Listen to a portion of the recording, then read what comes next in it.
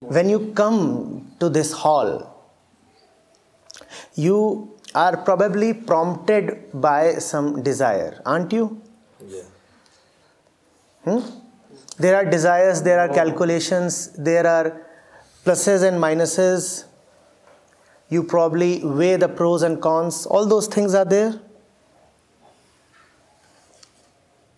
Sometimes there is a nagging question you want to get rid of, therefore you come.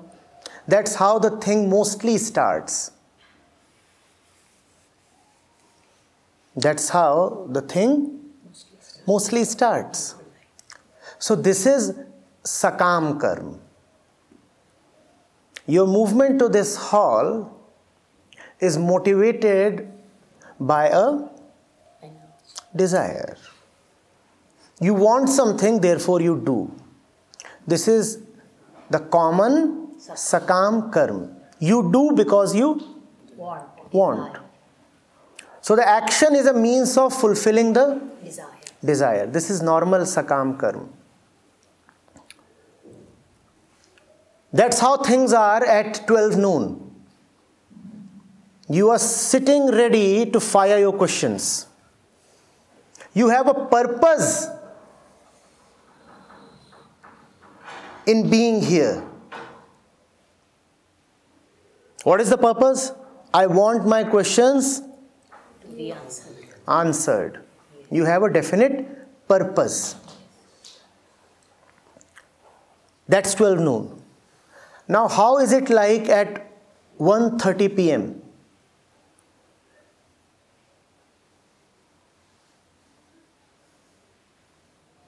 You came with a question, but the question has not reached here. You do not even intend to ask the question anymore. At 12 noon, when you were listening with an objective. What was the objective? The resolution of the query. And how are you listening at 1:30 p.m.? You are just listening. You are just listening. Something is still happening, but the objective is lost. Now the happening itself is very juicy. Now the happening is not a means towards an end. Now the means itself has merged with the end. It is as if the means has moved into the end, or the end has come to the means to bless it. Now there is no distinction. Now you are not saying that let the others' questions be answered fast so that the speaker may take up my question. Hence now there is no gap. Hence now there is no waiting for the result. Hence now time has stopped for you. This is nishkam karma. The doing is not for some objective outside of itself. The doing itself is the objective. What do you work for? You work for some kind of satisfaction. Call it deep contentment, right? You work for the sake of that. And therefore work is never very satisfying. Because work to you is not the last thing. The work is just a middleman for the sake of a result. Therefore work is just a necessary evil for you. Had it been possible, you would have removed the work, the process, the time interval from between. And you would have said, is it possible to come directly to the result? And that is why man wants to keep gaining in efficiency. Man wants to keep gaining in efficiency.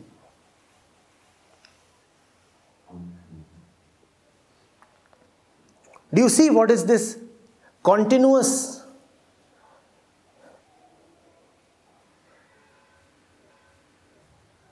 movement towards more and more efficient processes and machines and systems? It is because man works for a purpose. It is because work and the time invested in work is itself not very likable. So man says, minimize work and maximize the result. Nishkam karma means work is life anyway. Even when you think you are not working, you are actually working. So no point fooling oneself with the effort to minimize work. Even when you think you are having leisure, you are actually working. Therefore, why not work in a way that transcends work? That is Nishkam karma. Work cannot be avoided. Life is work. You are working even when you are sleeping. You are working even when you think you are relaxing. Why not choose work with such deep discretion that work no more remains a load that you have to reduce? Work no more remains something that you want to outsource.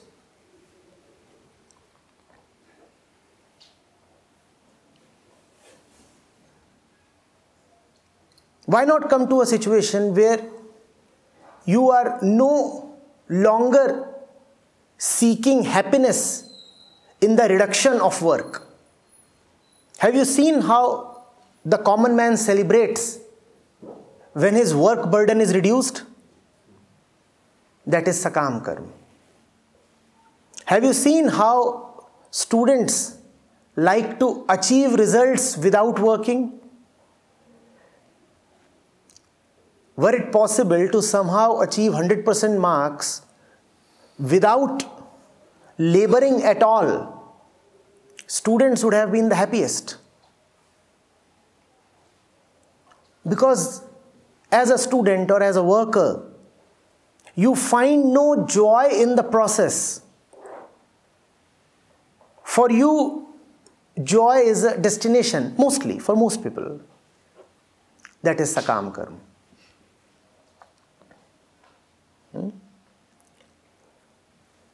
And now we'll come to the more horrifying part of it.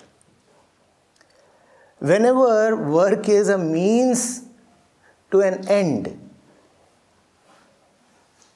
the end is never really achieved. We are beaten both ways. First of all, we expended a lot of time trying to reach an end. And even if we somehow manage to reach that end, what do we discover? Is this where I wanted to reach? And then you proceed towards, and that is what is called the. So those who work towards an end find that they are defeated both in the work as well as in the end. Double defeat. And those who work without an end, those who work because the work itself is service, devotion, they win doubly. First of all, work is celebration. Secondly, work is the end. So you are celebrating your way to the success. You are dancing towards victory. You are dancing not towards victory. You are dancing in victory. You are continuously victorious and you are continuously celebrating. Any takers? Oh.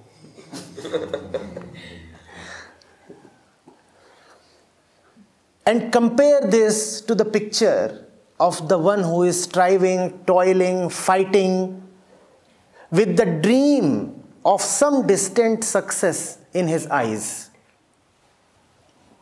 Remember that the success that he dreams of is merely his concept. It is an image because he has not yet come to it.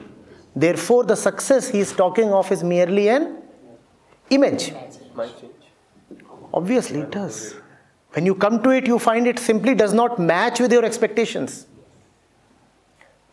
Double defeat. First of all, you are striving, toiling, and making life hell for yourself. Though with the pride, with the vanity that you are a fighter, that you are a warrior, you will have that satisfaction. So it may keep egging you on for a very long time, probably even your entire lifetime.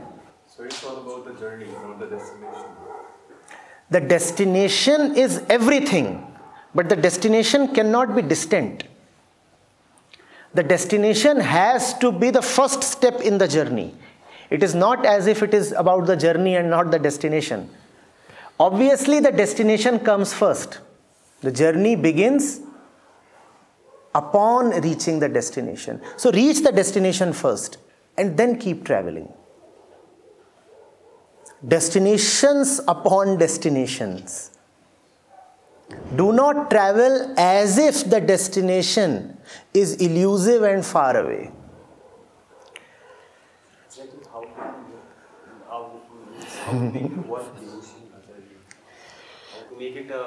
The work has to be worthy of devotion first of all. Therefore, choose your work very, very carefully every day. Is it your discretion? Obviously, it is a matter of discretion. Obviously, it is not the work. It is the destination that is commanding the work. It is the destination that is commanding the work. So, what is the work that you are talking of? That's what you must look at. The destination has to be absolutely compelling. So very compelling that you cannot even entertain the thought that it is distant. If you want something really desperately, do you want it 5 years hence or right now? The destination has to be that very attractive. Not only attractive, it has to be that very indispensable.